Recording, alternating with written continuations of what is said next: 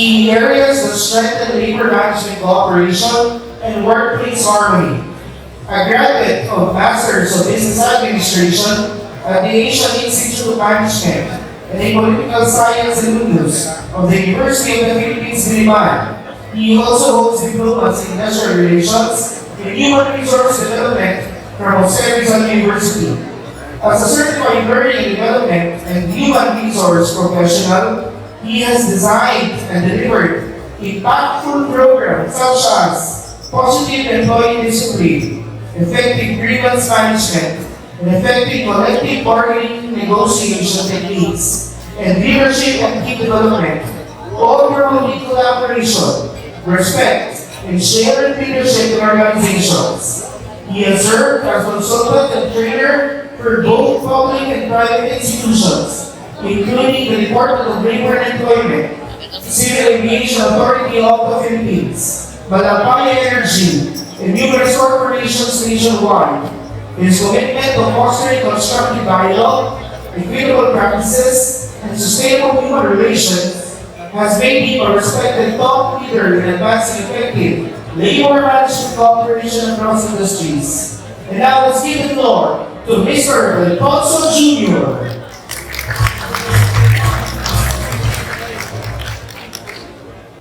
Ngayong hapon sa kanan, give me 1 minute lang po, medyo nagkakatechnical problem ng ating laptop. Assistant Secretary Leonard Constantine C. Serrano, sir. Executive Director Maria Teresita Dilan Samara, Rancho. Deputy Executive Director Ms. Tess E. Udea. Pinag President Dr. Faye G. Israel. National Local Officers of the National Conciliation and Mediation Board, Department of Labor and Employment, officers and members of the Philippine League of Labor Management Cooperation Practitioners, distinguished guests, HR and people leaders, and fellow champions of people and culture. Mayong hapon sa tanan. It is an honor for me to stand in front of you today, and hopefully, I will not be speaking about AI. I will be speaking about the human side of our employees today. Today, we'll be talking about one of the biggest problems na pinagdadaanan natin sa ating kumpanya, sa ating opisina, sa ating paaralan, sa ating mga departamento. Yes. Yes.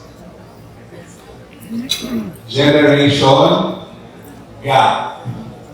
Meron po akong disclaimer, pasensya na kayo kasi baka inadvertently ma-mention yung ating mga edad mamaya sa mga tanong ko.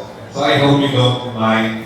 So yung mga baby boomers dyan, ayan, yung mga millennials sa Generation Xers dyan, pasensya na kayo. Meron akong disclaimer, ha? Ayan. So let me begin, my dear friends.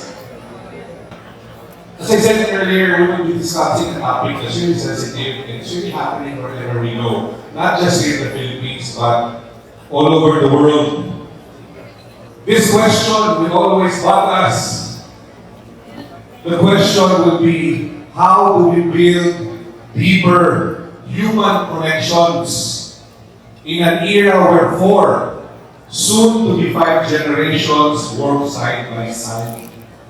Paano ba natin gagawa ng koneksyon yung mga henerasyon na ngayon ay nagsasama-sama na sa ating workforce at very soon, madadagdagan na nung tinatawag natin na Generation Alpha. Pag-uusapan natin yan ngayong hapon. Ayan. Today, we explore not just generation difference, but human connections. The Philippine workforce is a melting pot of many different generation and cultural backgrounds. According to a report in 2024 that by the Philippine Statistics Authority, approximately 35% of the workforce in the Philippines comprises of millennials and Gen Zs. 30% are Generation X, and 20% are baby boomers. Hindi ko lang kung boomer ako kasi 1987 ako eh. But anyway, we'll talk more about that later on. Because of the differences in terms of generation, it brings a unique challenge para sa atin. Hindi lang bilang manggagawa, at bilang management at leaders na rin. Naka-experience na ba kayo? I'm sure marami tayong HR leaders dito. Taas po ang kamay. Ayan, marami tayong HR leaders dito. Naka-experience na ba kayo ng sitwasyon where meron kayong isang empleyado na millennial at meron kayong isang baby boomer at ang pinag-uusapan nyo ay isang topic lamang pero magkaiba sila ng pagkakaintindi. CBA negotiation, senior management versus younger workers. Napakahirap magkabitin talaga ng dalawang iyan. Hindi ko ba? Ayan. So, sabi ko nga sa inyo, hindi lang po sa Pilipinas na nangyayari yan. Sa buong bansa, buong mundo po. Challenge yan. However, this diversity brings a wealth of perspectives. Even if magkakaiba tayo ng generasyon, meron tayong iba't ibang perspektibo na dinadala sa ating mga gawain, sa ating mga relasyon. At yan po ang makakatulong sa atin sa pagsulong ika nga. There was a survey by Jobstreet.com, 78% of employees expressed that generational differences is impacting their workplace interaction, both positively or negatively. Furthermore, a study by McKinsey 2023 found that companies embracing diversity and effective multi-generational management experience an increase of 20% in productivity and 15% in employee satisfaction. So sabi po, may mga kumpanya, ayon sa pag-aaral ni McKinsey, na tumataas ang productivity nila, tumataas at gumaganda ang relationship sa kumpanya, depende sa mga strategies ng kumpanya para mapagkabit-kabit o magkaroon ng pagkakaintindihan doon sa iba't ibang henerasyon na pinag-uusapan natin. So, mayroong pro, mayroong con. Yan. Ano ba ang mga datos na magsasabi sa atin na mayroong talaga tayong malaking there is a big stake in front of all of us, no? According to Deloitte Philippines study in 2023, 65% of Philippine middle managers report challenges in managing multi-generational teams. Sino po ang nasa BPO dito? Wala. Sino po ang nasa manufacturing na nag-hire ng mga bata at millennials? Kaso pa nga. Huwag kayo mahiya, kasi pareho tayo niyan. Hindi po ba parang tinatanong natin ang ating sarili, parang ang laki ng difference ng mga tayo ay bata pa. Na nag-a-apply tayo sa trabaho, hindi po ba? Pagpunta natin doon, nag-a-apply tayo interview, ay baka tayo napakalaking natin tupa. Pero ngayon, pag in-interview na tayo, pagkatapos ng interview, ino-boss ka na. Hindi ba? Hindi ba na-experience yan? Pero nung panahon natin, yung mga kailangan ko mga maganda sa ganyan ito, gusto ko, talaga takot tayo, pagdali tayo sa interview, talaga na. Pero ngayon, tanong ko sa amin naging sa interview, Sir, sorry, it's traffic. Thank you, you should have left early. Argument ng management, di ba? So, sample lang po yan na pinagdadaanan natin lahat. Ayan. Ano ba pwede natin gawin? Mamaya mag-uusapan natin yan. Isang isang bothering number na tinitingnan natin. According sa pag-aaral ni PwC o PricewaterhouseCoopers, 60% of managers feel unprepared. Ibig sabihin, hindi sila handa to manage yung mga younger generation na pumapasok sa ating workforce. Okay. Yan. Sino-sino ba ang mga generation na yan? Narinig na to. I'm sure, marami na. So yung mga nakaka-relate pagdating sa edad, huwag nyo lang po sasabihin. Pero pag nyo ligtas sa inyong kamay, narinig na po natin yung mga pangalan na yan, baby boomers. Meron pa po ba dito 1946 to 1964? Pinanganak. Huwag kayo mahiya. May boomers na tayo dito. Kaya, mga Gen X, 1965 to 1980. Kaya ako, 87 na hindi wala ka Gen X. Kaya, mga millennials natin, 1981 to 1996. Oh, yun, marami pa dyan.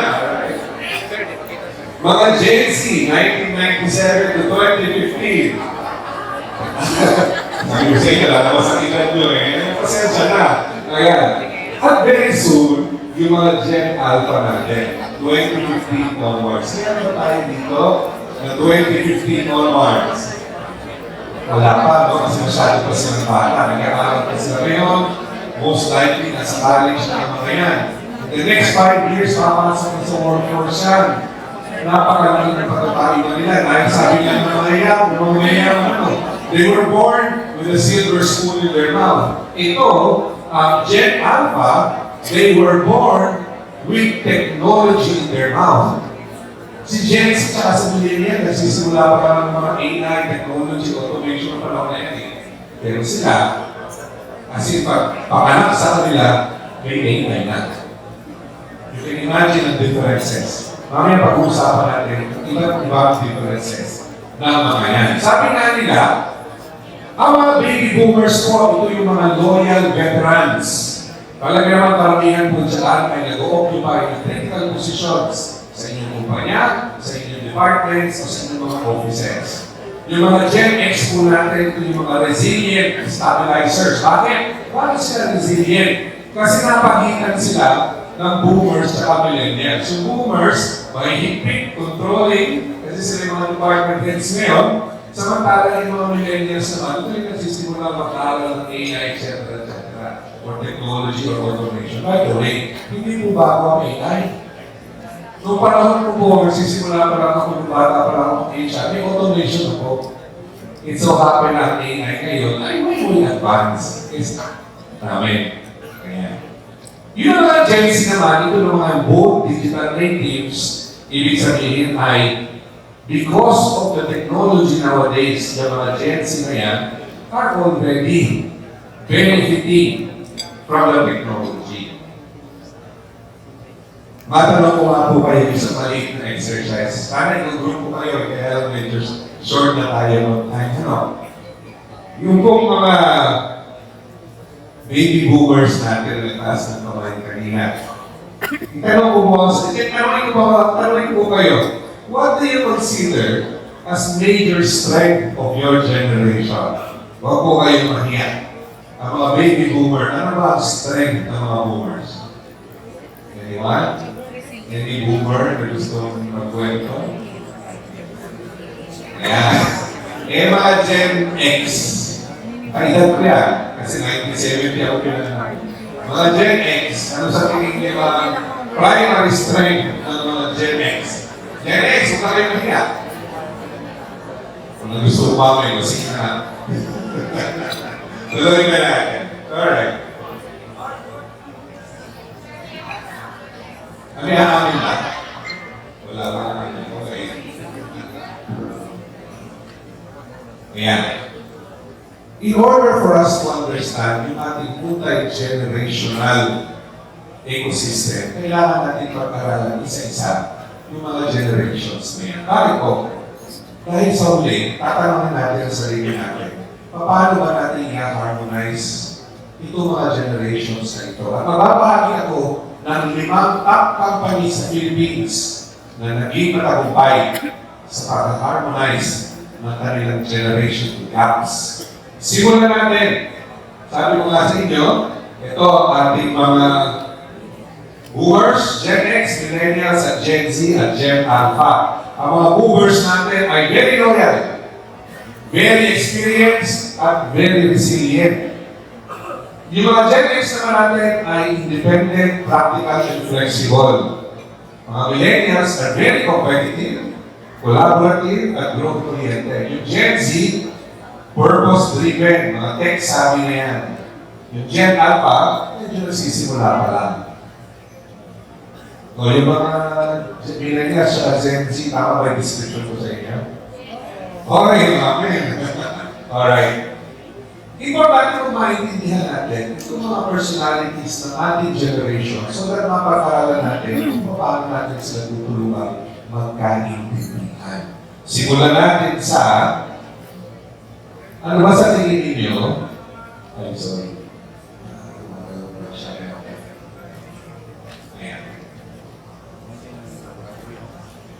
Ano kaya ang pinapahalagahan ng mga generations na to? What do they value? Sa boomers, stability and meaningful legacy. Karamihan po ng boomers natin are most likely, like I said, head ng business or department will be retiring soon. And gusto nila mag-iiwan sila ng legacy. Hinahan. No? Gusto nila pagka nawala na sila ay maaalala sila dahil sa kanilang iniwanan. Kaya po stability and meaningful legacy sila. Ano naman ang gusto ng mga Gen X?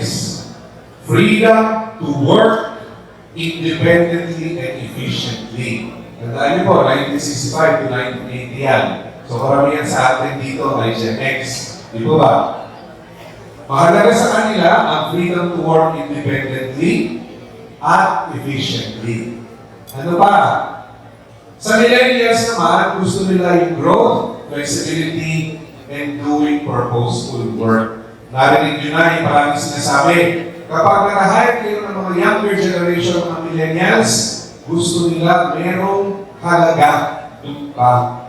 May purpose, ibig sabihin, karamihan po, kung mapapansin nyo mga companies ngayon, marami tayong CSR activities, no? Corporate Social Responsibility activities, yung mga outreach natin. Gustong-gusto ng mga millennials yan. Dahil para sa kanila, yan po ay purpose. Nagkakaroon ng halaga ng kanilang ginagawa.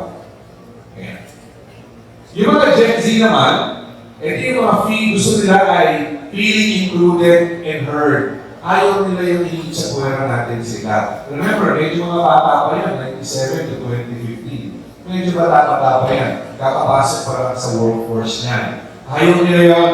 Gusto nila kasali sila. Gusto nila involved sila. Huwag natin silang hihit sa puwera dahil bago sila, ayaw nila yun. Bakit po maraming nag-resign na millennials at Gen Z? Kapag sila, since bago sila, nag-join sila sa company, ang dating sa kanila, since bago sila, hindi sila masyadong binibigyan ng pahalaga ng company. So bumibitaw sila, lumilipat sila, at naghahanap sila ng kumpanya na bibigyan sila ng halaga. Lumilipat sila. So, minsan hindi rin kasalanan ng empleyado.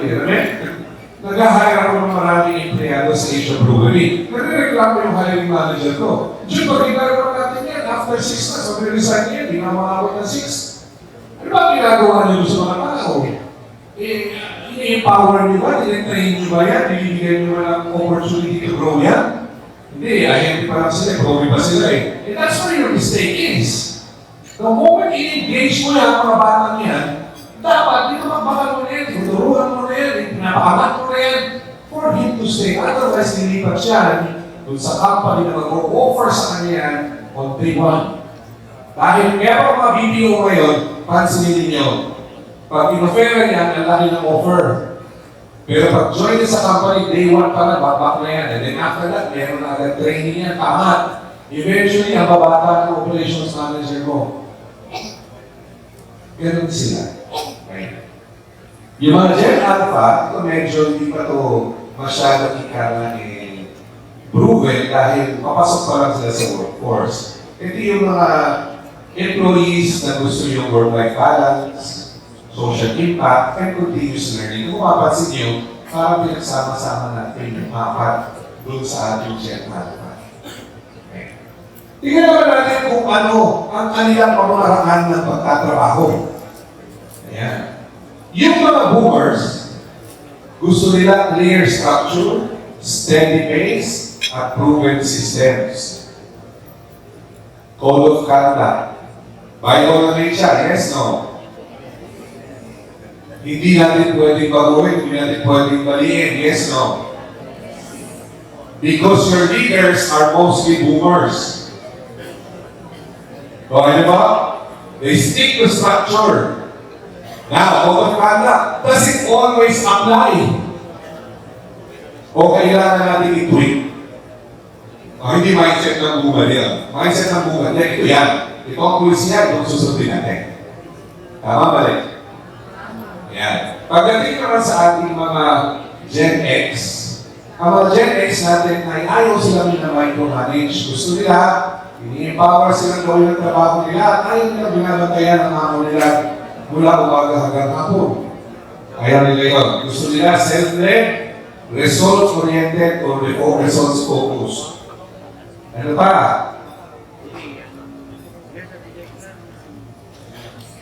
Ano pa?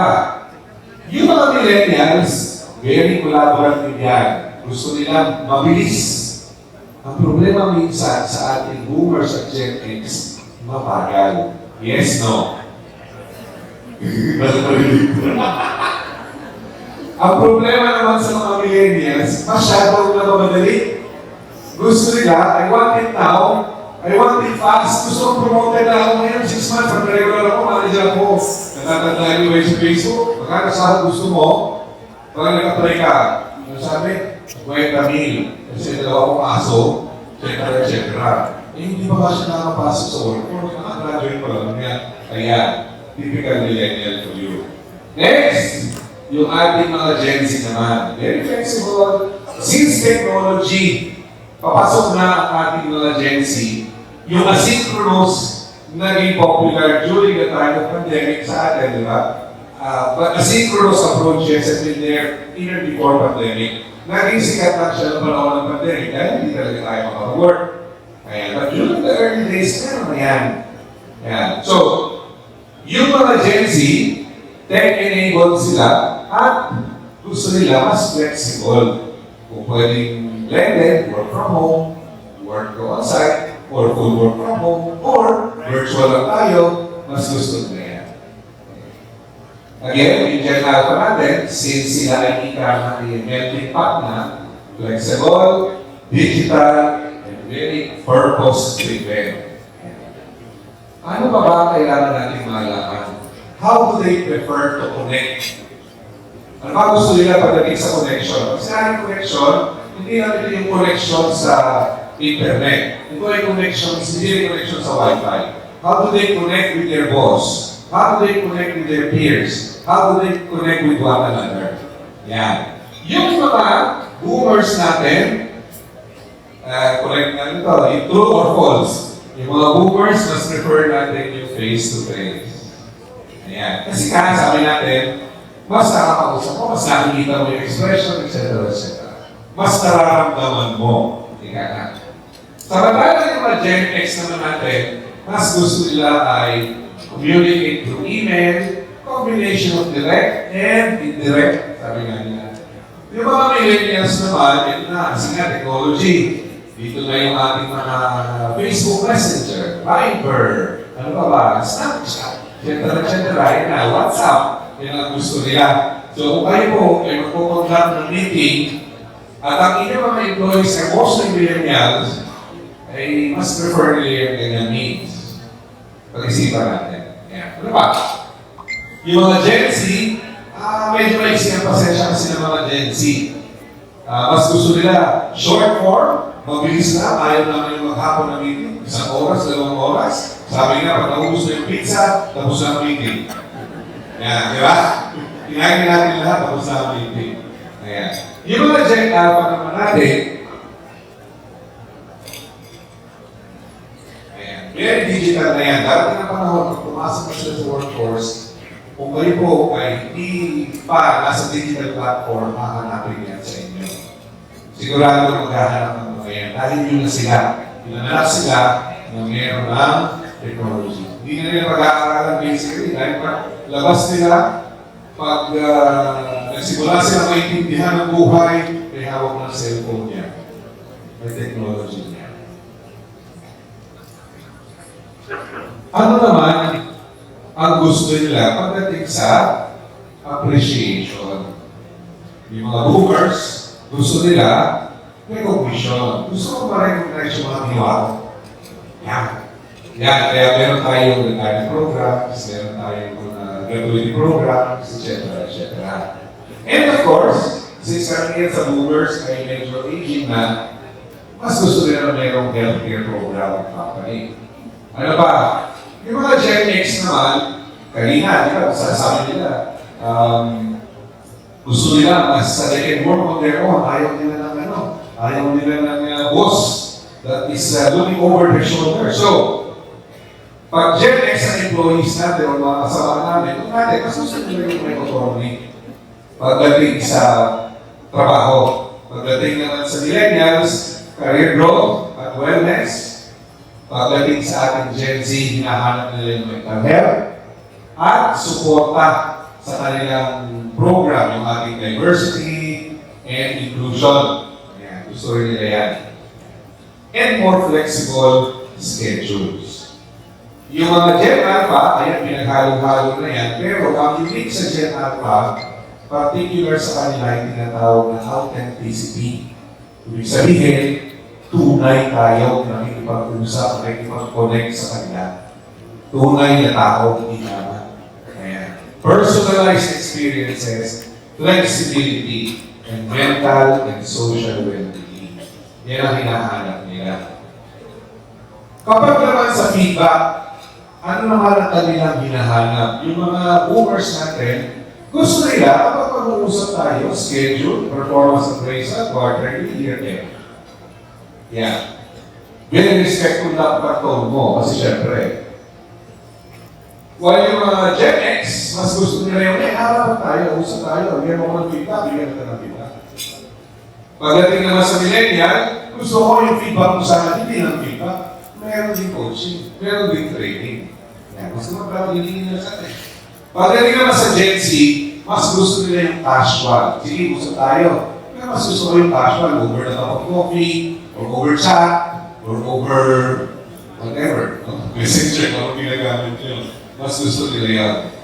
And, si Gen Alpha naman, gusto nila, pagkakausapin mo, bibigyan mo ng feedback, immediate. Kung makapagintay next week, no na.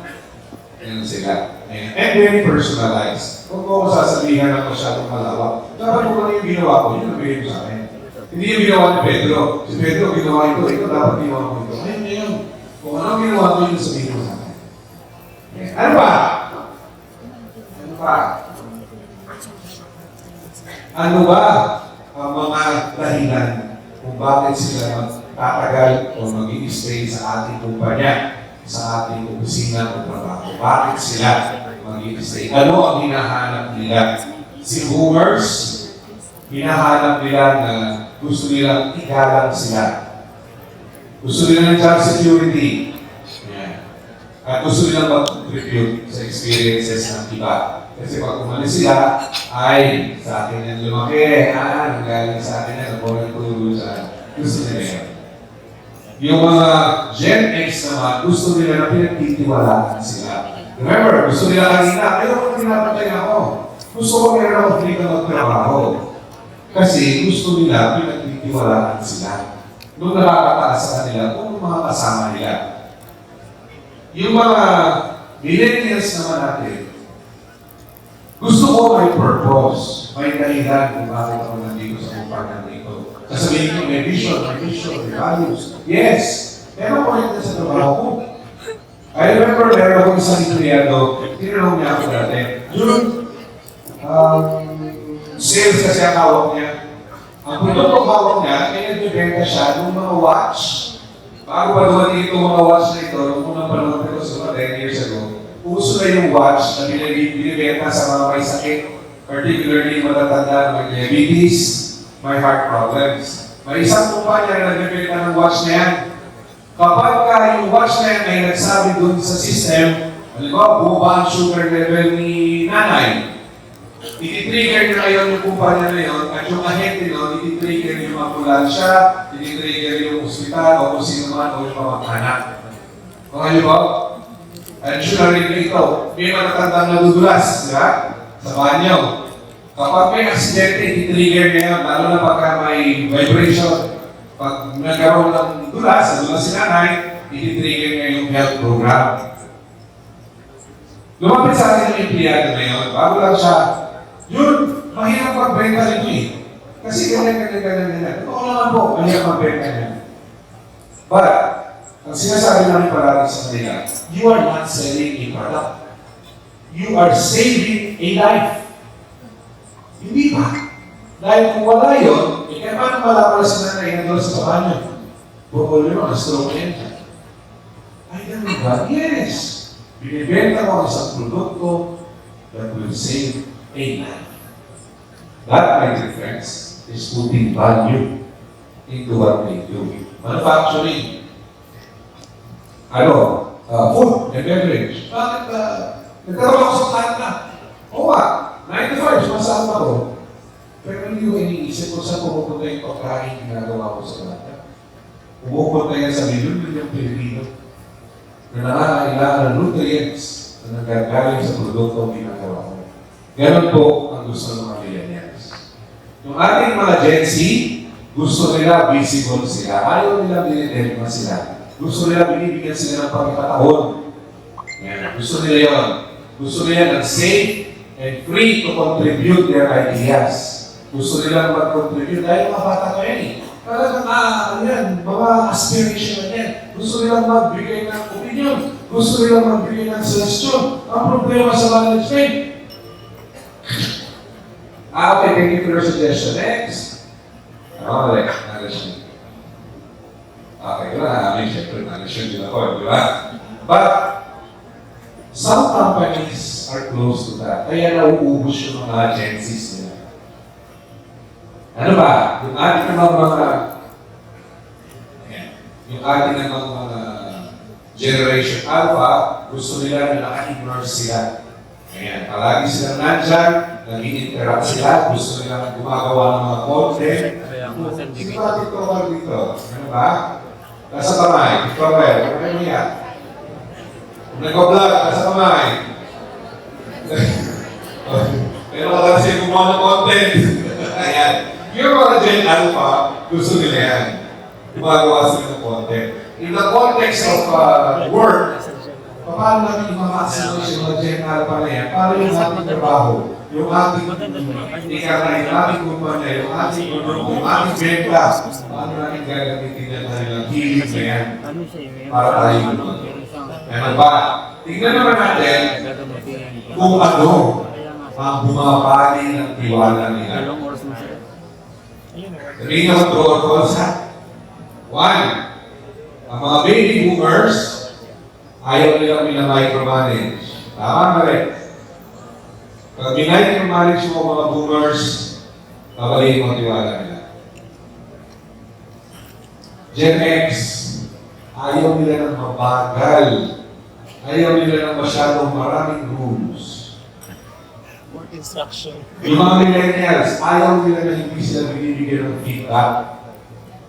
Ayaw nilang hindi sila pinakausap. Ayaw nilang walang career plan. Ayaw nilang walang development plan, walang growth plan. Ayaw nila yun. Yung mga Gen Z naman, ayaw nila na masyadong mahigpit at inflexible na rules. That's why tinanong kanina, code of conduct. How flexible is your code of conduct? Considering the majority of your workforce are already millennials and Gen Zs, which means the practices or the policies that worked before may not necessarily work anymore or baka kailangan na natin i-revisit at i-tweak. Hindi po ba? Kung may mga tumatanong, halipin siguro ng kodokada na yun. Ayan. Siguro na sa puso. Gen Alpha, ang bumabali ng tiwala nila ay lack of authenticity. Ibig sabihin is, dating sa kanila niloloko natin sila, ginagamitan natin sila. Ayaw na yun. Ano ba? Paano natin sila susuportahan? Yung mga yung ating mga boomers, to support them, let us acknowledge what they have done. Let us thank them sa mga ginagawa nila. Igalang natin yung mga experiences na nagagaling sa kanila, yung mga payo Tandaan niyo po yung mga boomers na yan, ay marami ng pinagdaanan. Gusto nilang igalang yung mga payo na nagagaling sa kanila. Ano pa? Yung ating mga Gen X, gusto nila, para supportahan mo ko, huwag mo masyadong sigitan mo sa alin. Bigyan mo ako ng space. Parang break up kami yan eh. Hindi mo, sorry. Maling example. So, sige, gusto ni Gen X, let me do things on my own. Let me experience it on my own. Let me discover it on my own. Ayan. Ano ba? Si millennials naman, kapag nila ako, si millennials naman, gusto niya, i-coach mo ako. I-coach mo ako palagi. Be real, huwag mo akong mabulahin. Kung di ako nag-perform, kausapin mo ako, sabihin mo sa akin, tulungan mo ako kung paano ako nag-perform. Si Gen Z naman, gusto nila meron silang donation sa ating mga ginagawa.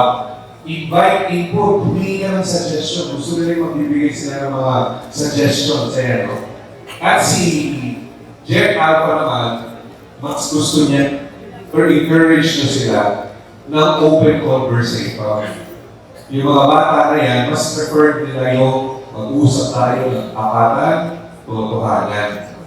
Panoorin po natin ang isang short video na hinirap ko sa series ko with 7 Habits of Highly Effective People para makita ninyo ano ba talaga nangyayari sa sinasabi ninyo ng generational differences. Ay, wala yata tayo ng views.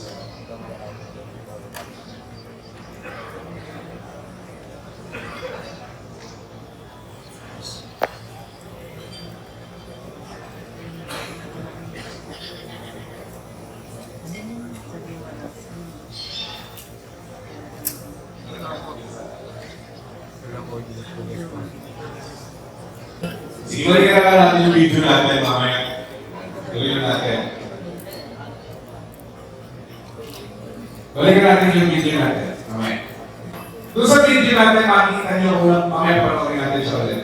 Makikita natin na mayroong tension sa pagitan ng mga generation. Ano ba yung tension na sinasabi natin? Ang dating sa mga medyo older generation, yung mga younger people, no? Yung mga younger generation, ang dating sa mga older generation, parang, walang work ethic or kulang sa work ethic. Kasi kayo, dati yung parang namin, trabaho kami, kayo, marami na pipilit-pilit, hindi naman napapakita, hindi naman nag-aawin. Sabi naman ng mga younger generations, yung mga older generations, they resist change. Alam nila magbago. Sabi naman ng iba, ano kami millennials na, palagi nagre-resign, palagi lumilipat sa iba't ibang kumpanya. Yung mga Gen Z naman daw, ay gusto ng flexibility without proving themselves. Gusto nila ma-promote, hindi ko naman, wala ko naman nagagawang patunay. Sinasabi nila. Narinig na natin yan mga kaibigan. Friction does not arise from age. Yung pong friction na binabasa natin na yan ay hindi nagmumula sa edad. Kahit ikaw ay bata o ikaw ay matanda, hindi nagmumula sa edad. Nagmumula po yan sa tinatawag natin ng mga expectation sa bawat isa. Yung mga expectation, mga inaasahan natin na dapat yung mga mas bata sa atin ay magalang dahil ako ay mas senior sa akin. Yung mga bata naman ay yung mga senior, dapat maintindihan nila na kami mga bata ay iba ang gusto namin. Doon nagsisimula yun. Hindi dahil mas matanda ang isa o mas bata ang isa. Hindi po doon. Nagsisimula ang friction doon sa expectation sa bawat isa at kanya-kanyang pananaw sa mas matanda at mas nakakabata. Tama po o mali? Hindi po ba? Sa bahay niyo po, si Lolo ba ay nagsa-Samsung o nag-iPhone? Si Lolo? O nag-Nokia? Kung meron pa? Si tatay po ba ay nag-Samsung o nag-iPhone? Ang pipiliin niyo po ay Minsan. kasi may Si Bunso. Kaya talaga, malawa niya kapag nilibigyan ng iPhone niya. Bakit nagagalit si tatay? Anong sasabihin? Saan ko namin namin yan? Sasabihin ni anak, ay, wala na akong kaibigan sa FB, kailangan makausap ko sila. Hindi edad. Differences ng pananaw. Kuha niyo ba? Eh, sakto sa iPhone, pala naman makakuha ko dyan. Mas social media. Mas maganda pa. Ibig chat, ibig call. Pareho lang naman. Isa dahil siyempre, pag sinabing iPhone, look at. Pag sinabing Samsung, ako Samsung user ako kasi talaga sa nila sa app ng Samsung. Pag nag-iPhone ako, nahihilo ako. Kasi ako, si. Tuloy mo tayo. Ito po ay ilan sa mga benepisyo na makukuha natin sa iba't ibang edad. Number one, magkakaiba ng perspektibo. Hindi natin nakikita nila. Nakikita nila, kung hindi na natin nakikita natin. Naniniwala po ako na kahit yung mga bata ay meron din sariling pananaw o perspektibo yan. So minsan tayo matatanda, ayaw nakikita kayo na, kasi masarap ako sa iyo eh. Dinaanan ko na yan. Parang may empleyado ko. Winter, ganda, tigara. Sabi ng mga Asia, o dati empleyado sa winter, ganda. So, ano ba? Meron tayong diverse skills and experiences. Dahil tayo ay nanggaling sa iba't ibang generasyon at iba't ibang panahon, marami tayong kakayahan na dinadala. Nadala-dala natin. Yung mga bata, sa totoo lang po, ako ay hindi ako nagsabi. Nagsimula lang ako dyan sa mga technology na yan. Siguro 10 years ago. Noong talaga wala akong choice dahil yung aking Excel, kaya hindi ko maintindihan. So, nag-aaral ako ng Excel. Nagsimula ako doon. Eventually, ngayon, hindi pa rin ako AI sabi, pero I'm trying to learn. Kaya pa. Pero sila ako na nila yun eh. Ay, pero ano naman ako yun ka? Hindi ko mas madali. Pag may bago kayong telepono, anak, paano ko itong gamitin? Tayo turuan kita. Tayo pa rin magagawin yung gano'n, yung anak, turuan kita. Iba't ibang pamayahan. Ano ba? Marami tayong matututunan sa isa't isa. Minsan hindi lang natin minamaximize. Ano ba? Pag sa negosyo po at pinagsama-sama natin yung mga kaalaman na yan, yung mga experiences na yan at yung mga oportunidad para matuto ang isang isa, maganda para sa ating negosyo o sa ating departamento o sa ating function. Dahil ginamit natin ang lakas ng isang isa. Tuhan niyo po. Kesa mag-away-away tayo, tayo magkakaroon sa dapat po ang tingin natin ay pag baby boomers, they bring seasoned judgment, wisdom, loyalty, and discipline. Pag mga Generation X, practicality, experience, and crisis leadership and problem solving. Pag millennials, innovation, teamwork, digital adaptability ang dala-dala nila. Pag Gen X, evolution of technology, mga influencers. Ayan, may mga TikToker tayo, mga influencers yan. Creativity and technology.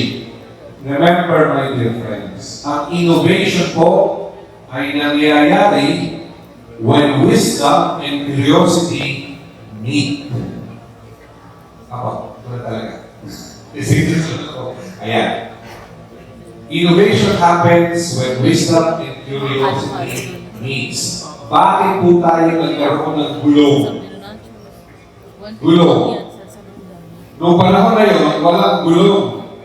However, mayroong isang matalino at curious. So, paano kaya ilalakad itong aming karitayra? Naggawa siya ng bato at gumawa siya ng gulong. Kaya tayo nagkagulong. Curiosity plus innovation.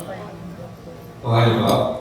Doon po nagsisimula yan. Ang tanong po sa inyo mga kaibigan, pagdating sa inyong trabaho, sa inyong mga kasamahan sa trabaho, ng iba-ibang generation, kayo ba ay nagtatayo ng pader? O nagagawa kayo ng tulay para magkaling kaibigan? Hindi mo masasagot ng kumpanya yan, masasagot ng tao yan. Ikaw mismo, kung ikaw ay boomer, gumagawa ka ba ng pader at hindi ka ma-reach ng mga bata? O gumagawa ka ng tulay upang magkaroon kayo ng pagkakaintindihan? Having said that, my dear friends, ito ay ilan lamang sa mga challenges natin. Communication. Communication po ng mga baby boomers ay iba sa communication ng mga younger generation.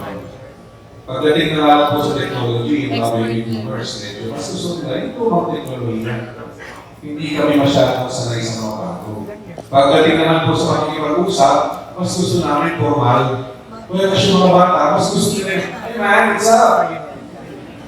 We talk about this? Yeah, sure. What do we talk about? Mga bata. Kaya sila, I was the HR director of Cycle Philippines, 27,000 employees all over the Philippines. Imagine nyo po, pag pumunta ako sa isang site ko sa Tarlac, kasi meron ko 8 sites sa Pilipinas, ang mga empleyado ko dyan ay combination of millennials at younger than millennials. So pag pumunta ko doon, say, you make it up, man. Can I talk to you? Sure, what's up? Wow, sure, what's up? Pero pag yung mga boss, bossing, may time ba? Yung mga ano sa boomers kasi yun. Bossing, may oras sa mga yan. Bali ang hindi na ba? Sige. Score niyo ba ang differences? Yan. Ano pa ang mga differences pagdating sa communication? Pagdating naman sa diverse work styles, nakita natin kanina iba ang paraan ng pagtatrabaho ng mga boomers, mga Gen X at Gen Ys at Millennials. Ano ba? Resistance to change and adaptability. Pag-usapan din natin kanina yan. Minsan, tayo mga nakakatanda, ayaw natin mag-adjust. Kasi nasa akin naman dyan eh. Problema ko yan ngayon sa Asian Theory. Although, ang maganda lang, yung aking management team ay hinire ako because we want to transform. Medyo positive sa akin. In a way. Kaya masakit sa ulo ko. Dahil ang dami ko tayo na homes. Dami ko konsulta, talaga tayo na nandun pa rin. Ay, okay lang naman, wala problema doon. Kaya lang, syempre, kung gusto na transform yung organization mo, hindi maximize natin yung knowledge ng mga nakakatanda, hindi kumuha tayo ng mga bata para magbago ang ating kultura. O ano mo, challenge sa akin yun ngayon. But we're trying, ika nga, kasi pag nakasanayan na natin, minsan, ayaw na natin baguhin. Pag susunod kayo ng jacket, ano mo yung sinusunod? Kanan, kaliwa? Kanan. O, dami. Kaliwa, kanan. Kanan. Subukan mo balik pa rin. Maliligaw ka. Kuha niyo ko. Kahit mga bata rin din, minsan, and I'm very good with technology, dude. I don't know anything about it. Hindi hello. Kung parang ko, may ako ko. Things like that. So, ano ba? Conflict resolution. Ito ang problema natin mga HR at leaders. No? Paano natin isusolve yung paglalaban ng mga generation na yan? Bakit ayaw natin na tawag na hindi nila mapapansin minsan? Minsan yan sa promotion, mapapansin nila. Bakit yung mga seniors na hindi naman magaling po? No offense sa mga seniors, sample lang ito. Whereas itong bata na magaling kaysa sa senior, hindi po. Sample lang no offense sa mga seniors na. Pero may mga ganun kasi nangyayari minsan, di ba? Yeah. So, as HR and leaders, ito ang biggest challenge natin. How do we resolve the conflict between these generations? Ano ba?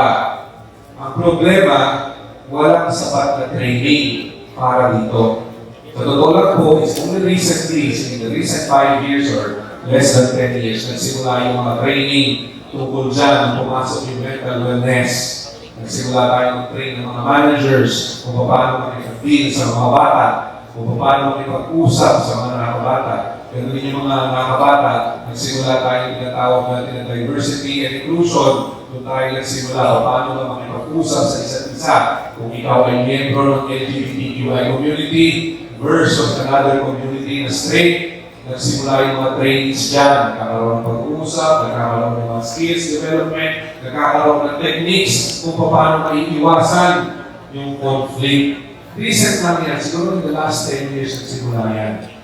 There was a time, during the earlier days, sensitive tayo dyan.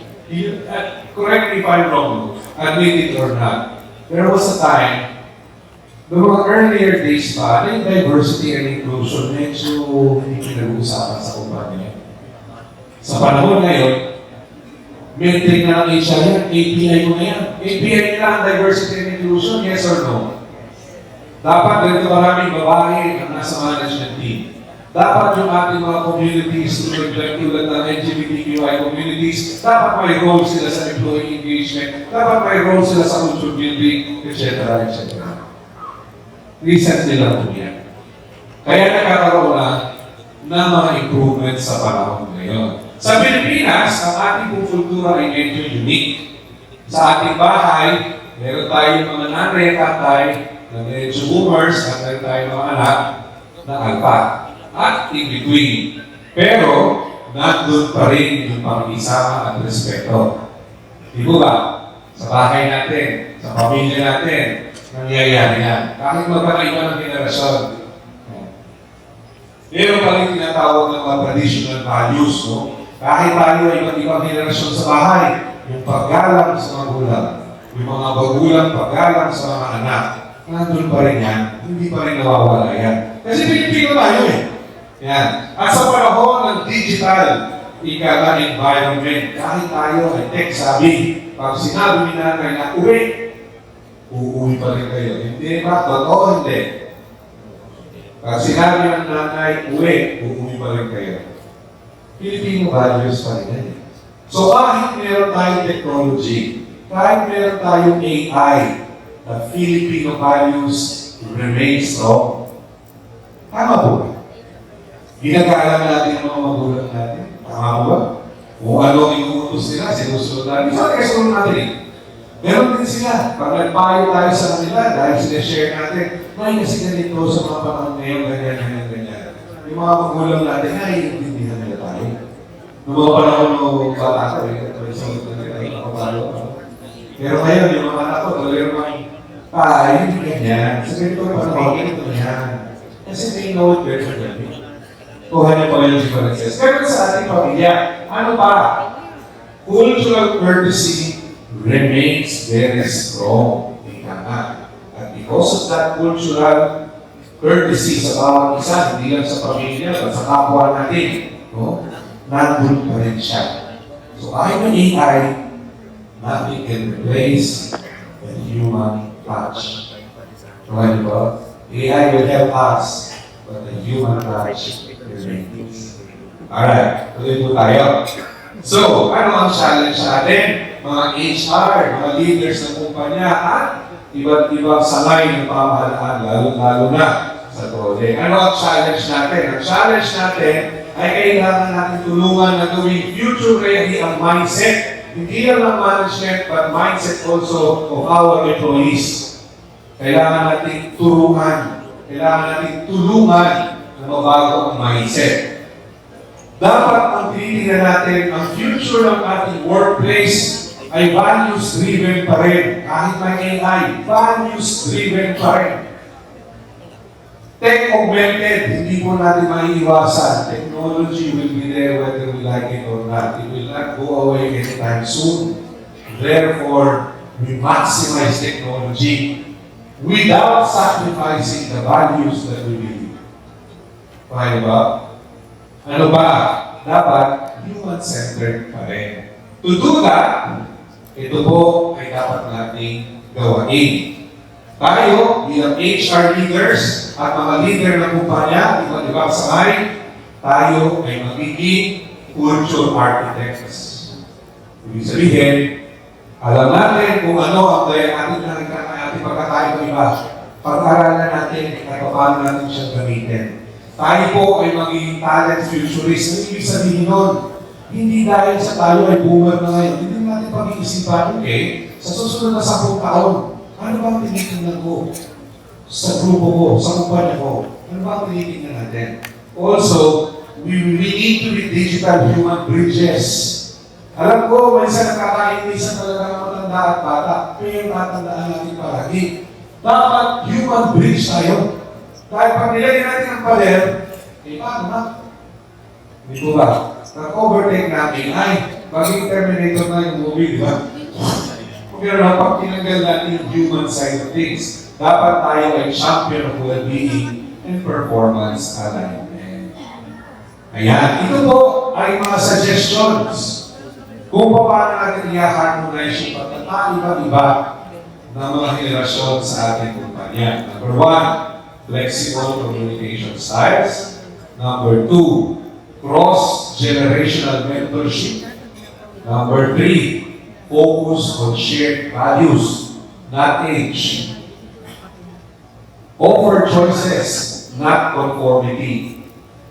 Normalize conversation about work styles. Remember, magkakaiba ang boomers, Xers, millennials, and Ys. Pag-usapan natin yan kung paano natin i-harmonize. Let me share with you some best practices ng mga companies na na-harmonize yung kanilang generation gaps. Simulan natin sa flexible communication styles. Ito po ay pinala ninyo, ginagamit ninyo at meron kayo sa telepono. May Gcash ba kayo sa phone? Sino wala? Wala Gcash sa phone? Wala naman yung Gcash. Alright, si Gcash po ay pag-aari at ina-operate ng Mint. Yung ang pangalan ng company, MYNT. Gcash, operated by Mint, is the Philippines' leading mobile financial services provider that allows users to send, pay bills, buy loan, etc., using the mobile phones. Ano ang kanilang ginagawa para ma-apply nila yung flexible communication styles? Ito po ang ginagawa nila. Okay? I'm sure ginagawa nila rin ito, lalo ng panahon ng pandemic. They hold person-to-person meetings for detailed discussions. They use a mix of channels, either FB Messenger, Viber, WeChat, etc. They use emails, video calls, and face-to-face meetings to accommodate different preferences. Hindi parang face-to-face meetings lang. So, binabago nila yung kanilang tempo depende dun sa kanilang audience at depende rin sa kanilang mga pag-uusapan. Isa po sa practice ni Gcash yan. Ano ba ang ginagawa nila?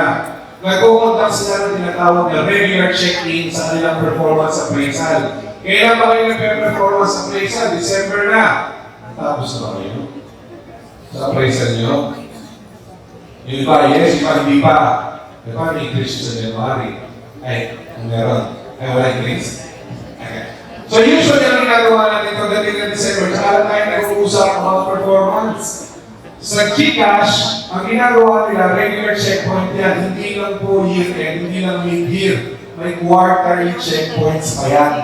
Ibig sabihin, nag-uusap sila every 3 months, kumusta ka na? Ano ang tulong na kailangan mo para ma-improve mo yung performance mo? Regular check-in. They schedule one-on-one meetings. Ayan, para pag-usapan yan. They also provide clear and transparent communication and feedback. Ayan.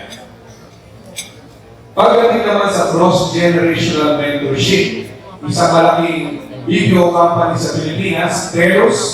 Are you guys familiar with Telus? Nakikita nyo saan yan. Telus is a Canadian multinational holdings company with subsidiaries all over the world and one of the biggest BPOs in the Philippines.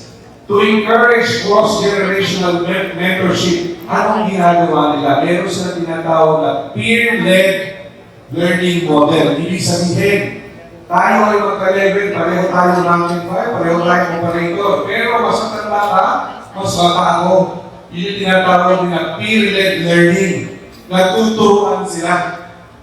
So, di ba? Nagtuturuan sila. And guided dyan in HR, meron talaga silang sinusunod na program. Hindi dahil sa matanda siya, bata ako mag-uusap. Hindi gano'n. May program talaga sila. Yeah. Ano ba ang ginagawa ni Telus? Ayan. They also encourage cross-generational projects. Ibig sabihin, meron sila mga projects at hindi lang isang generation ang ginagamit. Pinaghahalo talaga nila yung iba't-ibang generation. Ayan. They also acknowledge yung mga achievements dito mga projects na ito. So, iba-ibang generation na tulong-tulong sa project, naging successful ang project, they recognize all of those that participated. They are very strong in recognition of collaborative efforts. They acknowledge and reward collaborative success. Pagdating naman sa focusing on shared values, Familiar ba kayo sa PhilipBest? PhilipBest Group was recognized in Asia and HR Asia Awards 2025 for both diversity, equity, and inclusion and best companies to work for. Si PhilipBest, pagdating sa focusing on shared values, meron silang mga tinatawag na equity-driven practices, transparent career progression, and inclusive collaboration. Ano yung mga program na ginagawa nila tulad nito?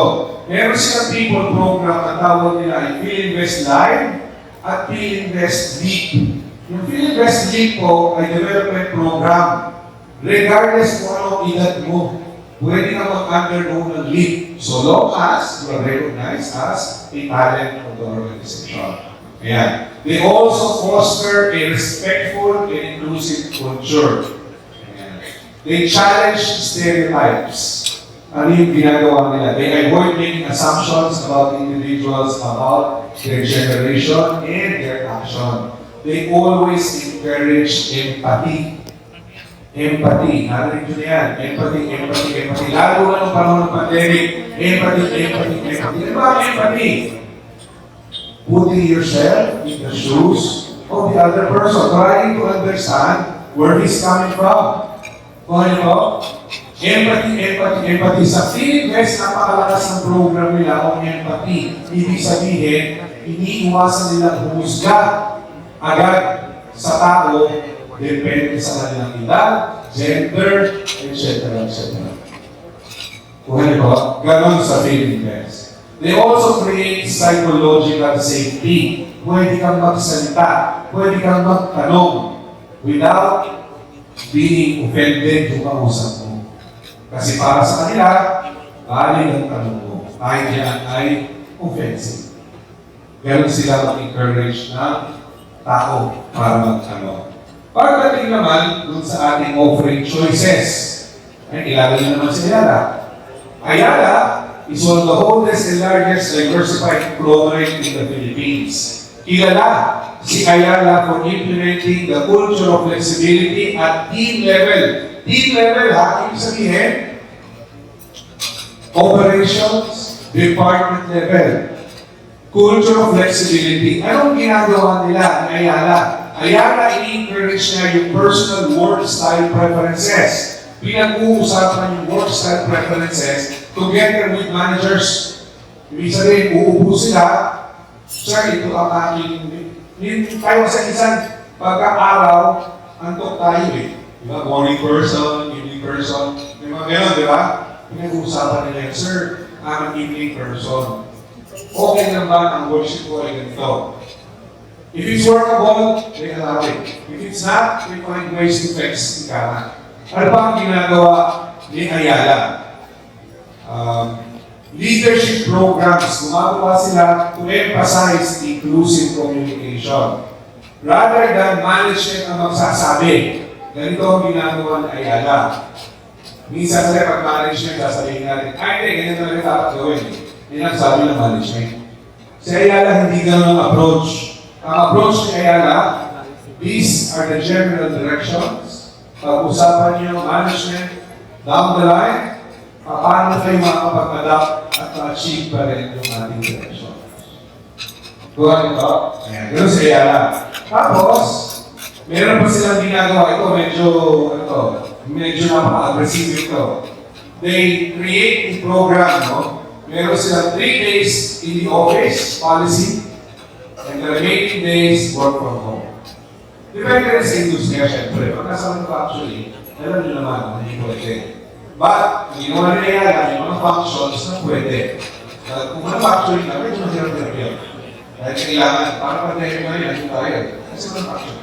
But ito, papako, mahirap din yun. Wala magmamahal sa ano. But, meron silang mga functions, meron silang mga businesses, real estate, at iba't iba pa. Meron ang ginawa nila. And lastly, my dear friends, pagdating sa normalizing conversation about work style, si Manulife is a leading life insurance and financial services company in the Philippines established in 1907. They were recognized by HR Asia for People First Culture. Yung mga awards po kasi nila, pinag-aaway yung HR talaga. Ganyan ang nature dyan. So happen na mas maganda yung practice ni Manulife, kaya sila nanalo dyan. Ang ginagawa po nila ay meron silang strong emphasis on employee voice. Meaning, sa loob po ng isang taon, 4 na beses silang naging employee survey. At meron silang skip level FGD. So, ganyan kayo daw sa skip level. Halimbawa ako sa HR, kakausapin niyo yung tao ni supervisor, wala si visor. Ginagawa nila yun. Kasi gusto nila makuha talaga, ano ba nangyayari sa inyo? So, direction ng tao. Dahil ni-ignorance nila, dahil kayo may boses. Magsalita kayo. Hindi kayo nagsalita, ito mga namin sa sobrang problema nyo. Yun ang sinasabi ni Manulife. I know because Cathy Rolly, who happens to be the Vice President of HR sa Manulife, was formerly my recruitment director ng report sa akin. Inukwento niyo sa akin lahat yan, hinihingi niya ako promise. Pero sa kanya, huwag akong hindi ka, hindi ano ba ang ginagawa ni Manulife? Ayan. Nagkakaroon sila ng work style workshop. Ibig sabihin, ini-encourage talaga. Training nila talaga yung mga tao. Ano ba yung mga work style? Paano ba natin makakalap yan, etc. Si Manulife po yan. Putting it all together, my dear friends, ito po yung 5 best practices na nakita natin sa malaking companies. Kaya ba natin gawin ng June? Political will ng management at ng leadership. Kaya po. Nagawa nga nila eh. Bakit hindi natin kaya gawin? However, lahat po yan ay mag-fail kung tayo as leadership at management will not walk our talk. Okay po? Mag-fail lahat yan kung tayo mismo sa management at leadership hindi natin gagawin yung sinasabi natin. At ang ating leadership style ay, sabihin mo ako, wala kang pake. Marami pong leadership style tulad ng situational leadership. Magbabago ka ng approach depende sa estado ng iyong direct reports. Meron din tayong tinatawag ng empathetic leadership. Meron tayong tinatawag na servant leadership. Pag-aralan po natin lahat yan dahil gusto rin naman natin ayusin ang generational gap.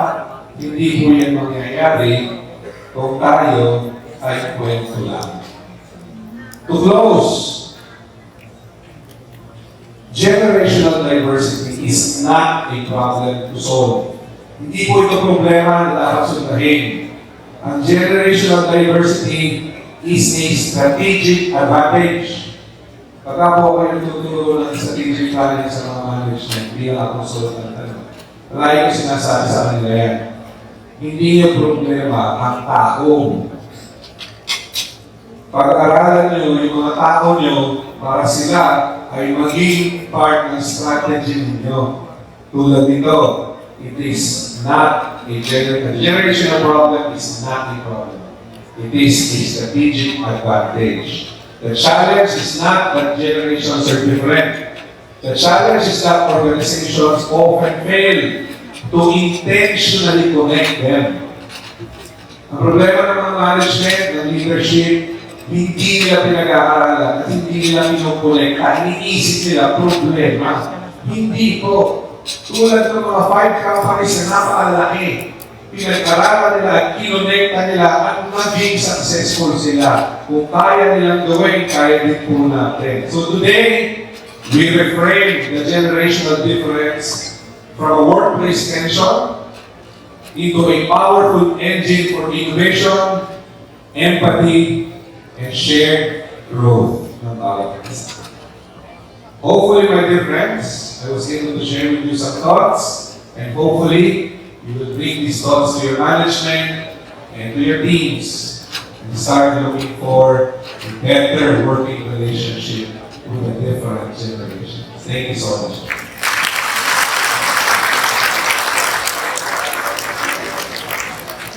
Thank you very much to Mr. Del Alfonso Jr. for that exciting session on building connections, HR innovation, and harmonizing generational differences.